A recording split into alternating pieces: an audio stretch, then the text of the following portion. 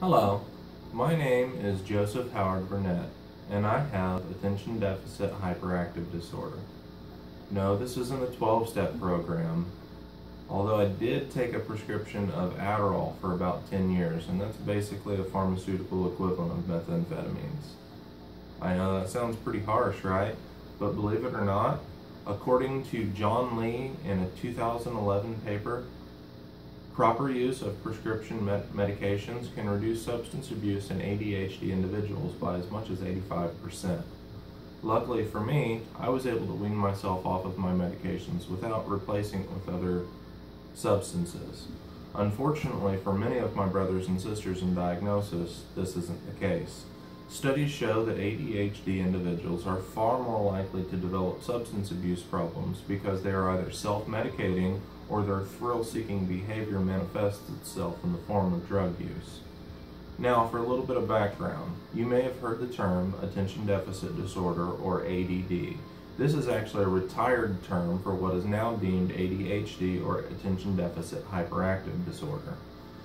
ADHD is catalyzed by a dopamine deficiency in the brain. Dopamine is a feel-good chemical that creates happiness and causes you to be satisfied. It's part of the reward system of our physiology.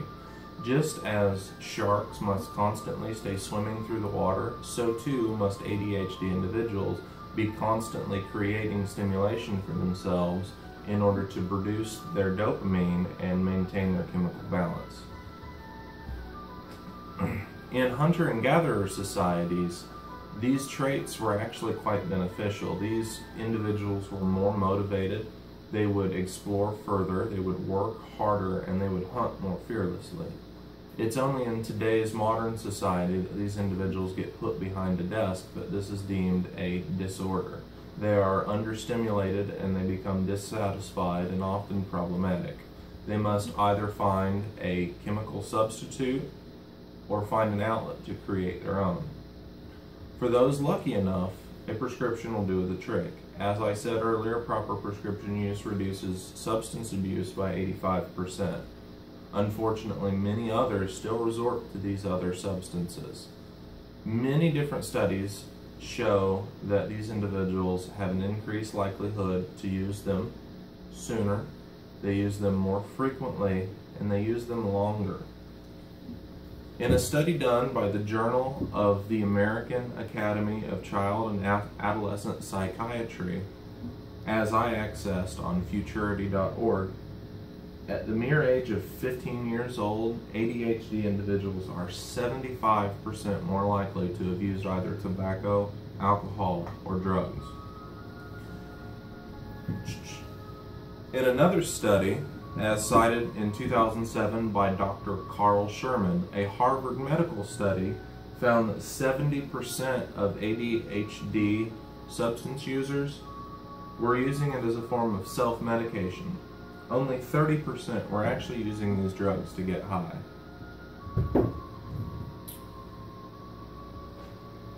So if prescriptions are available, why are these individuals using other substances? There's actually a lot of reasons for that. If they're undiagnosed or uninsured, they don't have access to them. Unfortunately, some people that have their prescriptions sell them, they make a profit, and they buy something cheaper. And still others simply prefer the effect of these other drugs. By self-medicating, they're able to keep their dopamine at homeostasis, interact with other individuals, and feel normal. The problem comes with the other consequences to whatever substances they're using. For instance, alcohol is legal. Alcohol may allow them to interact and talk to individuals and feel normal, but it still impairs their motor skills. If they're on the job, if they're using tools or heavy machinery, they can endanger themselves or others, or even worse, if they get behind the wheel of a car, they can potentially kill themselves or others. Another one, meth. As I mentioned earlier, Adderall, which is prescribed for ADHD, is basically the pharmaceutical equivalent of meth. Meth is extremely harmful to the body and very dangerous to make. By using, these individuals are drawn into the culture that surrounds it. Not only are they using the drugs, but they're also hanging around others who use them. This culture can become intoxicating to these individuals. It can become just as addicting as the drugs. Every lie they tell, every secret they keep, every time they almost get caught by peers, parents, or police, they get that little shot of adrenaline, that shot of dopamine that they need to get through their day. With their thrill-seeking behavior, as I said, this can become just as addicting. Because they're addicted to both the drugs and the culture, quitting also becomes that much more difficult. Normal routes such as 12-step programs and rehab are often lost to these individuals. Dr. Carl Sherman says that it takes at least 6 weeks for these individuals to be able to be treated. It takes that long for all these chemicals to get out of their body, for the prescription medications to be observed whether or not they work or not. Also, they need to learn how to cope with themselves before the psychiatric methods can be put to use. In conclusion, the ADHD mind works differently. Their addictions work differently too. These individuals are biologically programmed to be more intense, to work harder, and to be more observant. And for 8 million years, those traits helped keep human beings alive and helped us excel to the top of our food chain. It's only today that these traits are no longer valued or catered to, and it's deemed a disorder. And these individuals are urged to suppress their natural excellence.